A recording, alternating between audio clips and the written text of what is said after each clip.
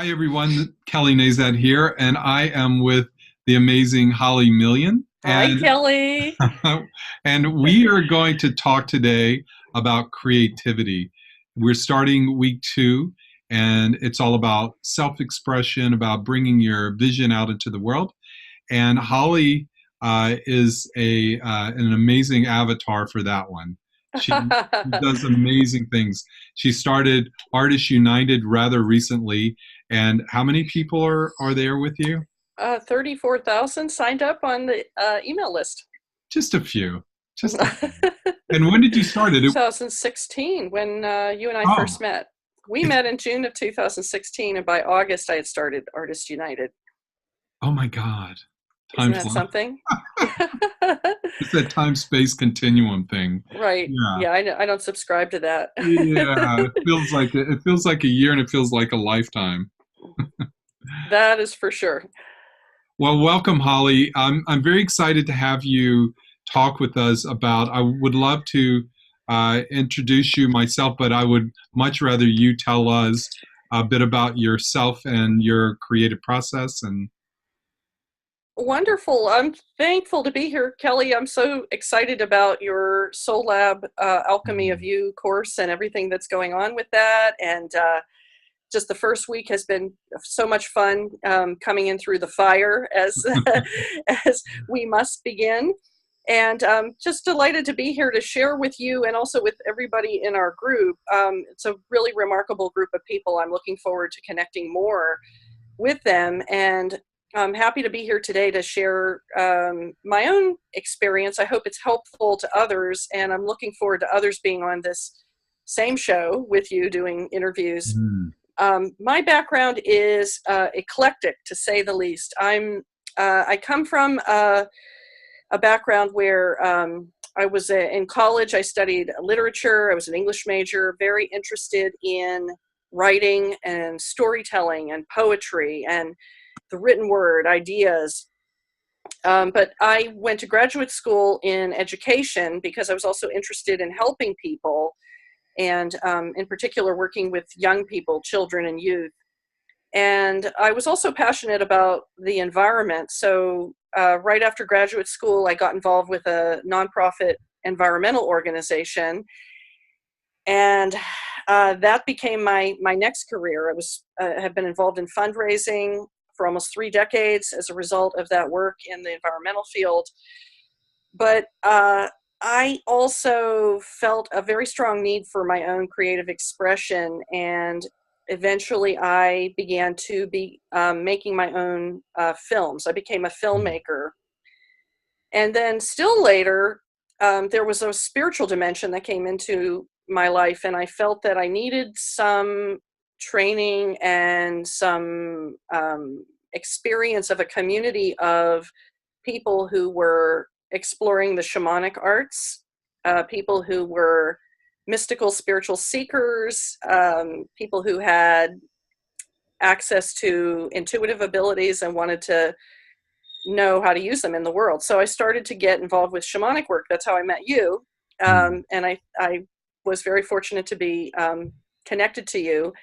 And we did some work together. And now here I am, and very happy also that Artists United, the organization that I founded recently 3 years ago, is partnering with Soullab. And I see Soullab and Artists United being sort of twin flames in the organizational realm, in that we're trying to connect groups of people who formerly haven't been connected.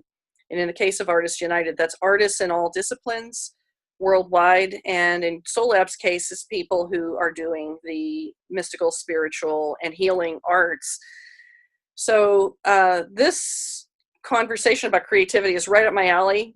Um, I feel like creativity is the holy grail. It's inside of all of us. We all have different versions of it.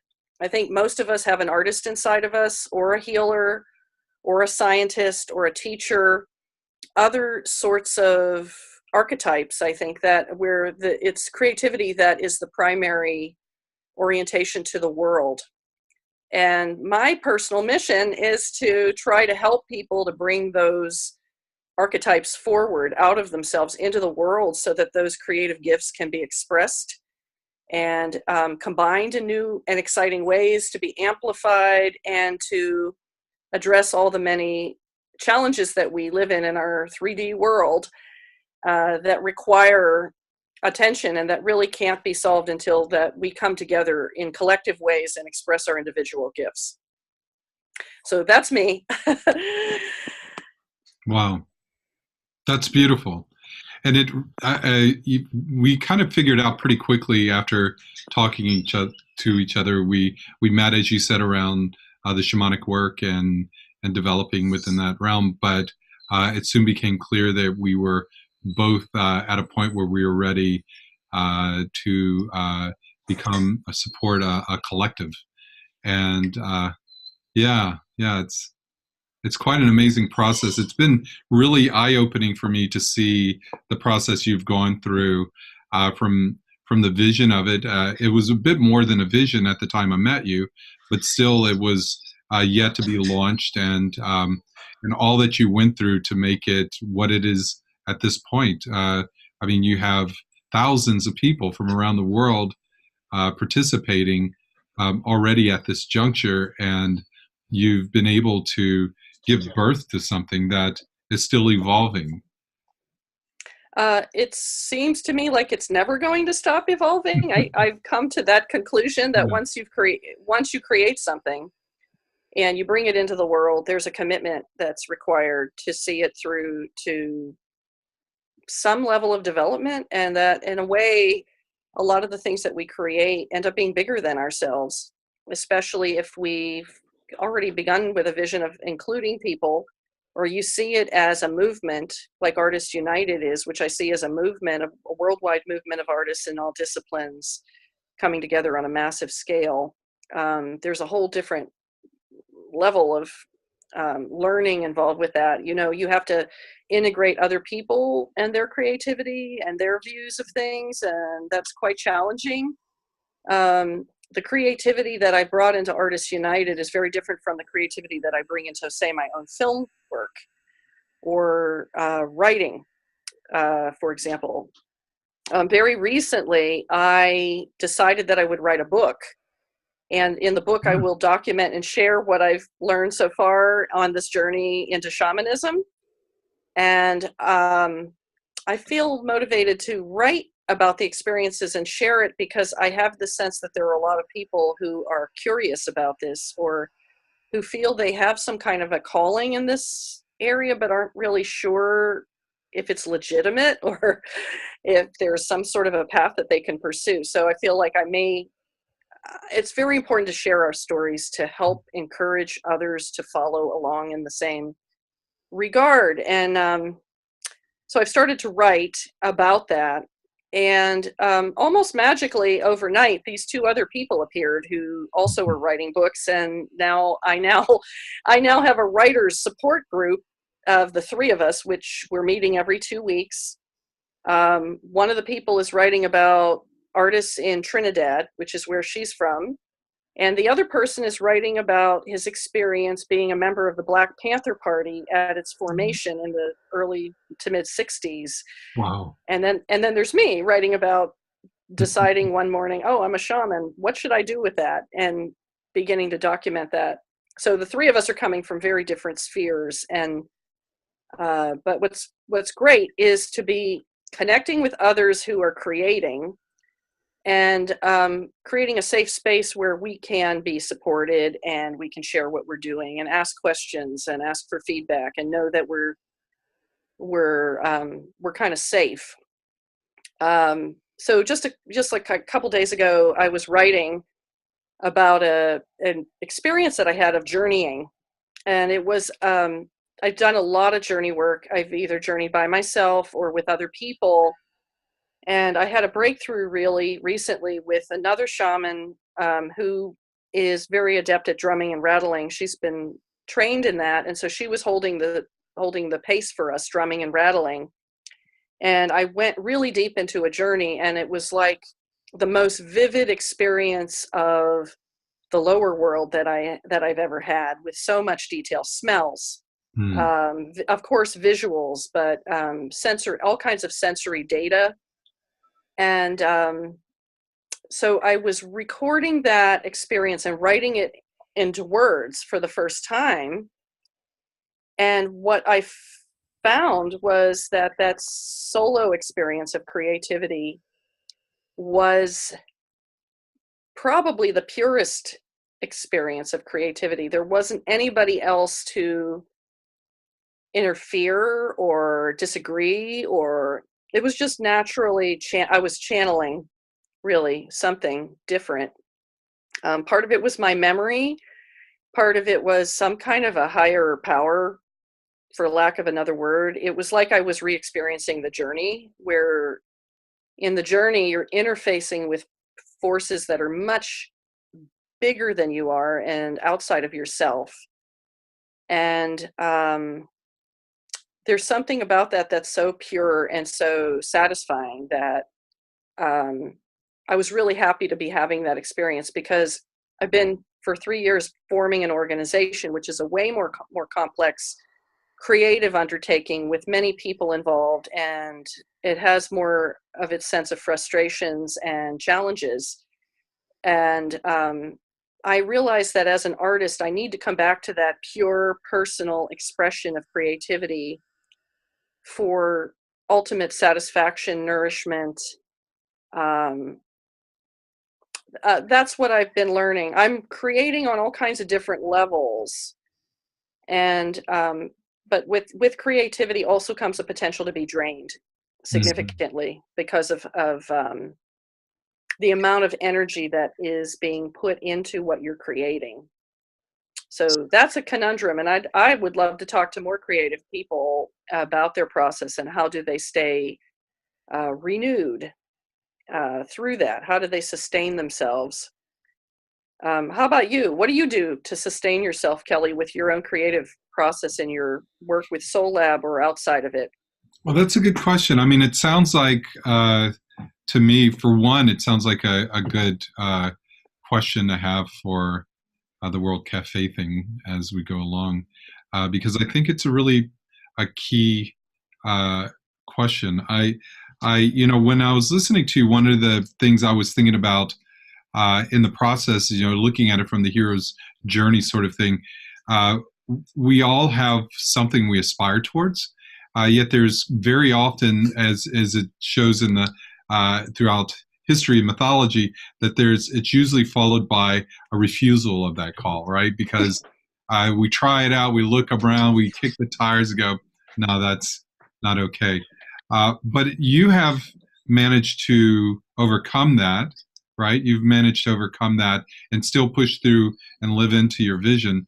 And what I'm hearing from what you're saying is some of the things you use to manage it are you get group support, you work with others. I think that's beautiful, and also you go back to the things that are you can connect with and are tangible, and that reconnect you. Because I can imagine doing what you do with on the administrative side can be extraordinarily draining. For me, um, I the things that sustain me, the things that keep me balanced on a daily basis are my connections, my call them meditations, but I would call them connections with my guide, and journey work that I do. Whether it's in some field or other, right? Either I'm looking, kind of scrying through the field of what's evolving, what's happening, and trying to. It's always about making sure that I break whatever fixation I've been drawn into. It's a theme for me. I think that's one of our big issues. I see it with the majority of clients I work with, that when there is a problem, it's usually a problem around fixated perspectives. And I find so much of the work is around helping to disrupt that fixation so that we can get other looks into look into other prisms and other parts of the crystal reality. So I make a point of of moving around and getting out of this office, taking Bootsy on a walk, that's usually a big one, bike riding, doing Qigong. And but I would have to say that sort of my nature goes into the journey work. So because it could be very, as I'm going from kind of Scorpio to Taurus in this world, in this lifetime, which means I'm going from a very otherworldly to very much grounded in this work. She heard a name. But yeah, so the journey work I think is really important to me. It reminds me of who I am. It reminds me of what's important, and it's always refreshing in the sense that it holds a space for seeing the world in a very fundamental but novel at the same time perspective, in a very novel way. So yeah, that's how I do it, because I can very easily, I find myself get overwhelmed with the demands of my visions. Like I not know. having them not having them is challenging. Or not being able to enter into them. It's like, oh my God, I need to create these visions, because I think they're all the same, and I know they've been there since I was a kid. That's my But dog. I wonder if Bootsy is. Winston's attacking the mailman right now. Oh, I was wondering if Bootsy Bootsy was already going. did that. Yeah, so that's how I do mine. That's how I find my balance. And but you know what? More and more so, I'm finding that the other thing that I do, and part of it has been over the years talking with you, is talking, is connecting, and it's something that you've reinforced, and it has definitely been something I'm finding more and more interest in, and that's why it's interesting that I'm creating Soullab. In the beginning, I really saw it um, as following through on my love of alchemy and process, and using it as a way to help others access the inner realms without spiraling out. It's a navigator, a very faithful and powerful one. And now it's blossoming into a community builder, because it's holding space for us all to come together. And it's exactly where I'm supposed to be going, but the whole way through. Just like when I do journeys, I talk to my guide, what are we going to do? And he says, just follow me. And the whole time I'm like, why are we here? What are we doing? Why this? Why that? I'm thinking in my mind.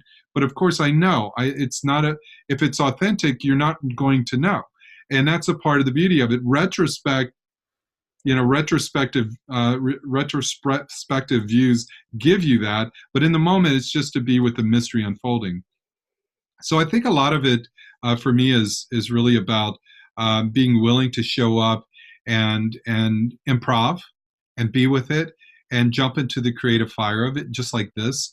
And then I know later that there will be some other thing occurring. Like some part of me will be analyzing and chewing it. And if I let my normal reptilian, wonderfully wonderful, Unahapili self take over, it could get ugly. It It could could be get ugly. Yeah. it could be very destructive. So my curative for that is to meet with my guides, and my curative for that is to meet with my like I reached out to you Saturday, even in a text, just enough to say these are folks that I trust and that have my back, and I know that I can send this message out there and they'll ping back, and that's enough just to help me reorient. So true. I'm so glad to hear you say that. I'm glad you reached out to me on that day Mm, and that I was there as well. I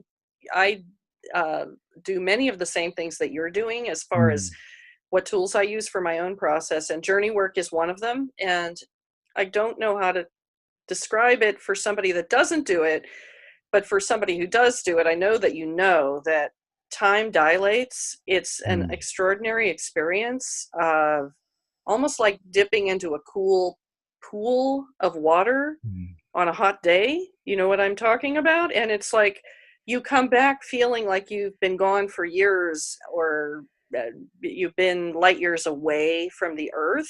Yeah. and you come back and it's very restorative. I think that it's that ego, dissolution of that ego or that reptile brain that you're talking about, that the journey work kind of disconnects, unplugs for a while. So you're in a very receptive frame of mind, which is also extremely in alignment with the creative process. The more receptive you are, the more that you are receiving the divine inspiration, and that's the essence of creativity. And so the journey work is one of the major tools that I now use.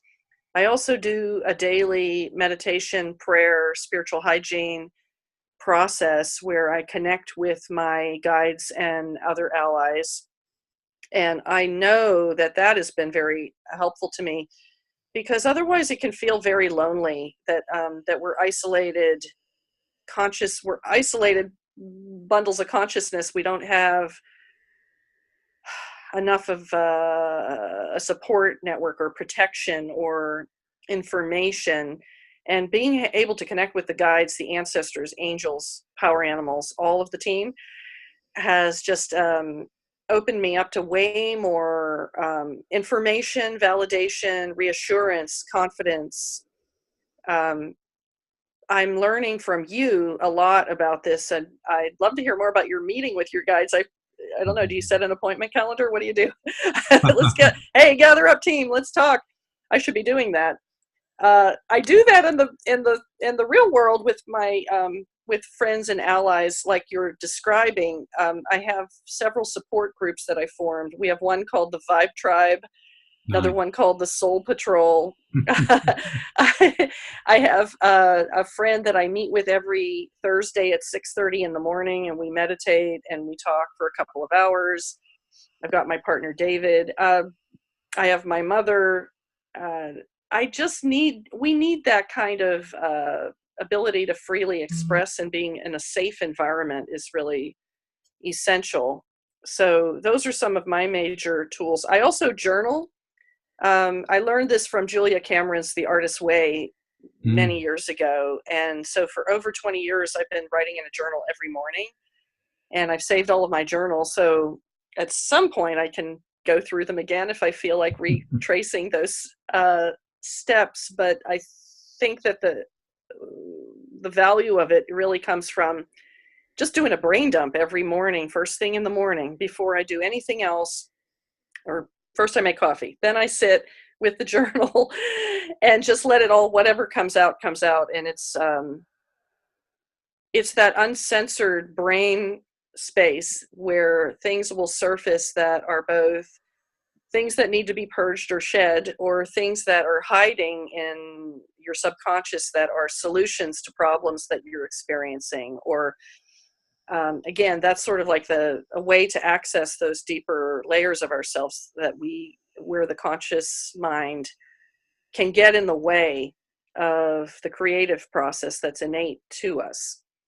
What So is it those are about also, the journaling to you that you think is it kind of straddling the two hemispheres? I mean, what do you feel is so powerful about journaling that can help you access that? uh, I think that's a good point. I do think it is both left and right brain. I think it's also the physical act of using a paper notebook and a pen, where we live in a world of so much digital communication and computers and stuff. There's something different about that kind of communication versus the physical act of moving your hand over a piece of paper. There's a something of a body wisdom or knowledge that is able to come out through the physical act of the writing. And there's a structure to it. So um, just having that container of the blank piece of paper on which to put the words suddenly takes what's unconscious and intangible and makes it a tangible thing. I go back, and at the end of every session of journal writing, and usually I'll have like 5 pages of writing, I'll reread everything that I had uh, written spontaneously without editing or any thought about what's coming out, so that I can actually almost re-meet myself on the page and really hear what it is that I had to say. And I'll often underline any key points where there's something especially helpful or insightful that has come out that I want to remember. Uh, and then the right brain is also engaged because the way that Julia Cameron advises you to do this is to simply automatically write without any pre-thought. And if you make a mistake on the page, don't bother to cross it out or correct your spelling or anything. Just dump it out. So that part it really works. Yeah, I love that. I remember when I was younger, uh, doing I was scribing for the first time, an engagement I was having with my council of elders, and I was having them talk in one voice, and I was just trying to write down everything they said. And so I don't know, maybe like 15 minutes after I wrote this, and to me, in a certain sense, that is like one of the purest forms of right brain writing, right? It's like I'm listening and scribing, not just even thinking or writing down what I think I should, or just letting it happen. It's I'm listening to them and writing it. And I remember it was very striking to me because I must have been 20 years old at the time, 19 or 20. But I remember, and it was in my art book. And I remember going back maybe 30 minutes later and rereading it. And I think it was still too soon in a sense that it was so, different for me to do something like that. And rereading it was so soon after. My ego was still sort of involved. And I read it and I noticed that, oh my God, this sounds completely like none of it made sense to me. It sounded pompous and none of it made sense. And so I kind of put it off as a kind of failed experiment, I'm like, oh, we'll forget about it. So I let it go. And I think there's a certain ego thing, certainly at that age there was, because there was such pure information coming through that my ego was defending me against it, because in a very real sense, the ego has this duty to regulate the amount of new novel information coming in, because novel information, it demands a lot of output of our conscious mind to deal with it. And so there's a buffering happening with the ego, which I really appreciate. But at the time I read it and it's like, oh, this is crazy and a failed experiment. But I remember it couldn't have been more than a couple weeks later, I went back and reread it. And because my ego had thought it did its job and, pretty much dispelled the importance of this scribing event. But I went back to reread it and I was struck by the information. And still to this day, I still have that book. And that first time of doing that is still very important. It said things like I would be guiding people to the inner worlds through man-made technology. I mean, I think that was in '88, and I started laughing. I'm like, none of this makes sense, but I'm going to keep it for one day where it may make sense. But there were a lot of cool. There were so many bits of information that came through that were so vital that even at that time I didn't know what to do with, and they knew that, and the information was coming through nonetheless. And so I feel like journaling has that capacity too, and that that very visceral kinesthetic engagement definitely bridges the gap between conscious subconscious. Oh, I'm so glad you're sharing this story. That's really a powerful story because you didn't even know what you were reading, and yet at the same time that you were in a way resisting or dismissing or limiting what was coming in, you weren't completely closing the door on that, and you left yourself to an open door to be receptive to what that would mean eventually. Yep. And I think that's critical to the creative process. Mm. Creativity requires an openness that if it's not there, there's no channel for that energy to flow, right? To create requires openness and a way to contain, right?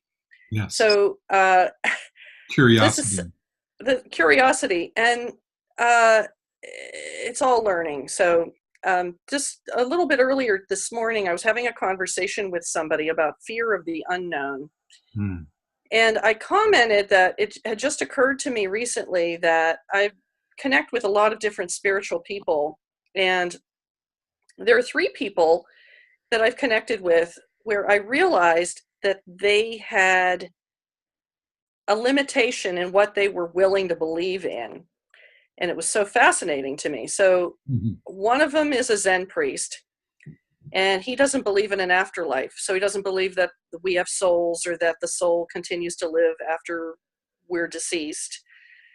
And of course, through shamanic work, I've talked to dead people all the time. Not And a belief. you and I moved a dead lady out of my house, which was my first time doing that. So when I've tried to bring that up with the Zen priest, he really didn't want to hear about it. So it's just like, I don't want to talk about this. I'm like, okay. Not So okay. I'm like, okay, there's the wall. He doesn't want to go there. Okay, no Mhm. problem. The second person that I thought of is a psychic medium and a channel, but he doesn't believe in God. So whenever I bring up any discussion about a divine intelligence, he really does not want to hear about it. He's an atheist psychic medium and channel. I don't like, okay. That sounds like such a contradiction in terms, but everything's possible with us. Everything's possible, and that's the container he's made for himself. And then the third person is a super channel and a person who calls herself a miracle worker who's declared to me she doesn't believe in demonic entities or negative entities. She said they just don't exist for me. And I was like, nice for you. I deal with them every day. Yeah.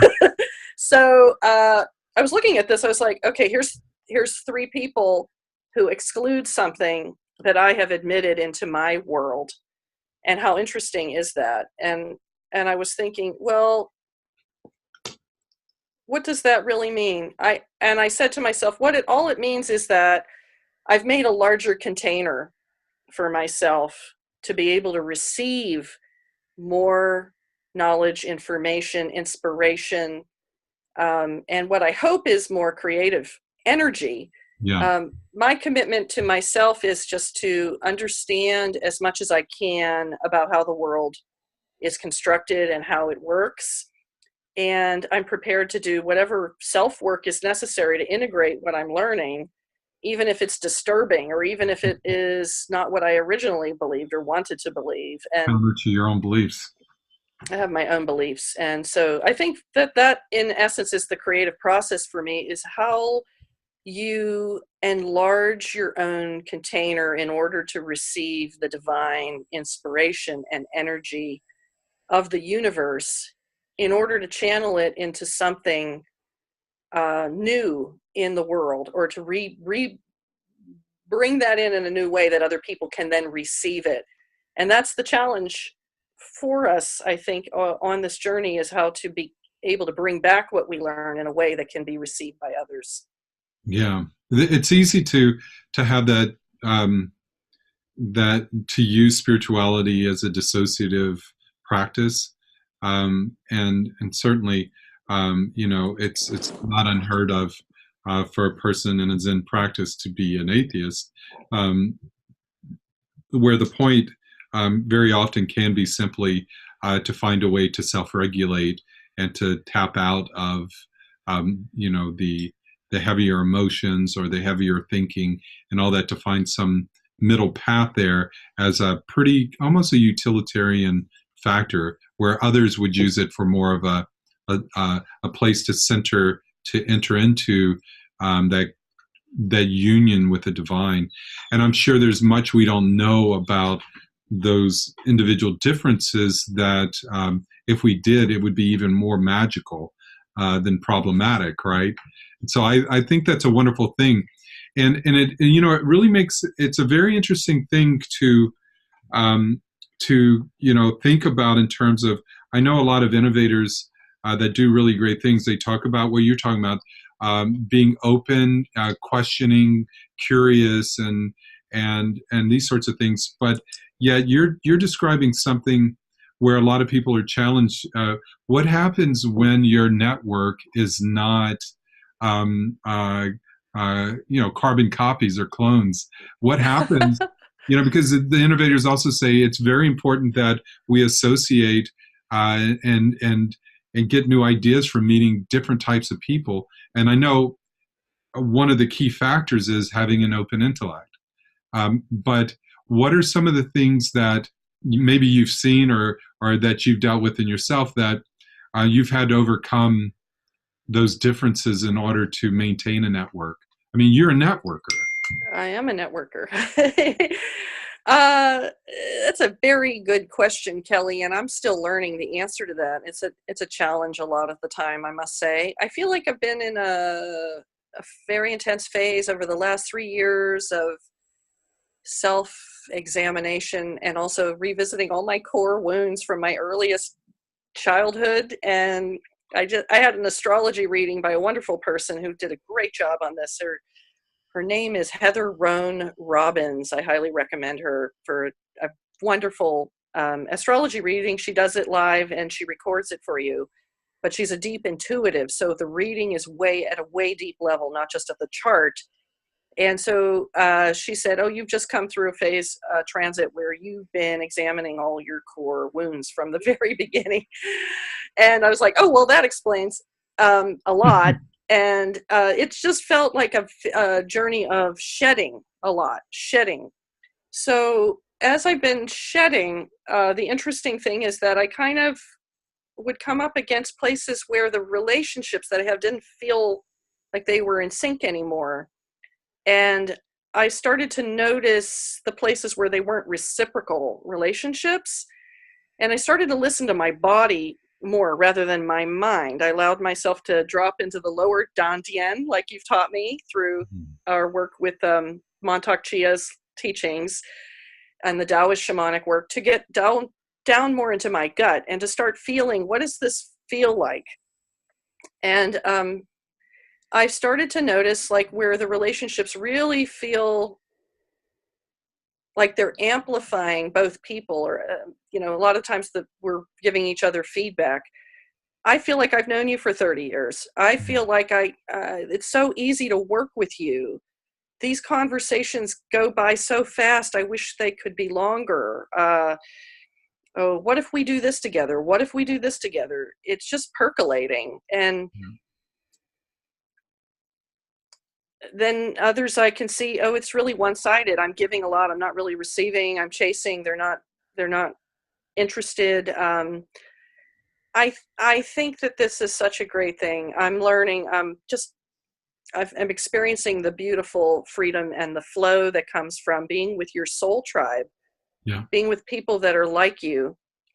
There's nobody out there who agrees with me 100% of the time, but the members of the soul tribe all share some common values. And what I find is that there's a dedication to the truth. Mm-hmm. There's a curiosity and an open-mindedness. There's a positive attitude about can do. Yeah, we can solve problems. No, we're not victims. Yes, we can deal with what comes up. And then there's also a reciprocal respect and concern for each other, and a knowledge that we all go through ups and downs. And the people that I can count on have proven themselves, and I've been there for them.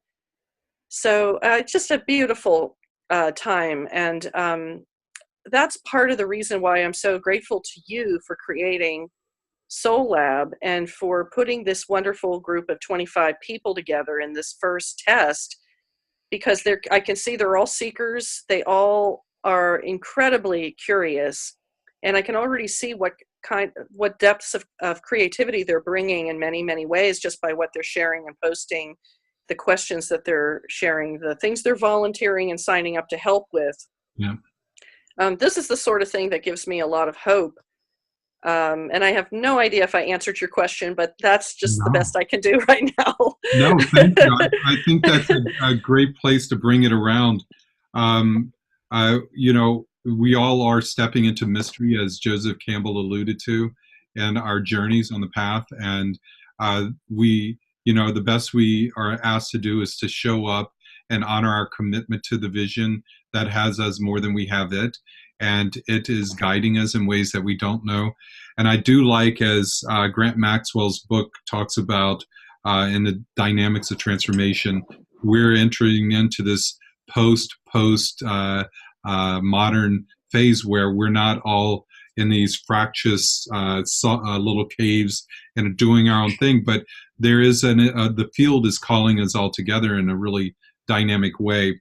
And to listen to that call and to listen to the insights and how to dynamically engage each other is something I'm learning a lot about, excited about in this program, and to live into these questions. And so in this week 2, we're formulating the questions that will form the World Cafe that we're going to do for the remainder of the journey. And it's these questions that we are asking of each other. My first question was very pointed, and how do I, or what is the dynamics that make coming together so powerful for you? But then as Kimberly was looking at it, she says, well, that's a very leading question. I said, well, it's a very direct question. She said, but yes, but if somebody were just walking into the door, would that be what you would say? And I realized, there's a part of me, a little Aspergery, like I just like to get to it. But it's also understanding the dance that we have with each other, where we know, we trust that things are going to come through as they will, but we also trust that something is dynamic in the field and that people come and go as they're meant to, and that we can relax in that and just be authentic and real. But as long as we're holding that vision of what it is, we come around the circle. As long as we are focused on the fire in the middle, we can trust that it'll guide us and that we all can be in our authenticity and our uniqueness while also being immersed in a whole on that is greater than. And Tom Campbell talks about it. It's like, it's time. All of the arts and sciences are coming together. It's time for us all to come together and merge into something greater. And there's incredible relief in that because we are being guided by something. So I'm so glad you decided to be a part of this, and I was really wanting you to be a part of this. Everyone in this first group were folks that I really wanted to be a part of this, and together we're holding space for this mystery. So my simple question came down to, as Kimberly was working, she's like, what is it about the concept of Soullab that excites you? And I'm like, well, that's a very good come into the door kind of question, and it does leave room for, well, this or that or this or that. So I'm opening myself up more and more for the wisdom of the collective, and for this group especially, because I love everyone in it, to hold space for what we don't know. This isn't an exposition of what we do know. And as you and I come together, we talk about, we share, but a lot of it's just coming through from these unknown places. And I love that. We're holding space for the I-thou relationship, the God between, to come through. And I think that is the magic of dialectic, saying it's not really about my point or your point exactly. It's about what happens when our perspective synapse and something bigger comes through. Well said. It's the magic of the amplification. I call it the amplification or the synergies. Absolutely. And one last thing important about what you just said is that we are learning how to dance together. Well, first of all, you have to want to dance together. Right. There has to be a desire for that. And yeah. Some people get it and some people don't. And I would say, as a piece of advice to those curious about how to move forward in creating their soul tribe, or how to create these collectives, or how to do this work on a bigger scale, that the first task is to find the others. Yeah. Find the ones who are like you.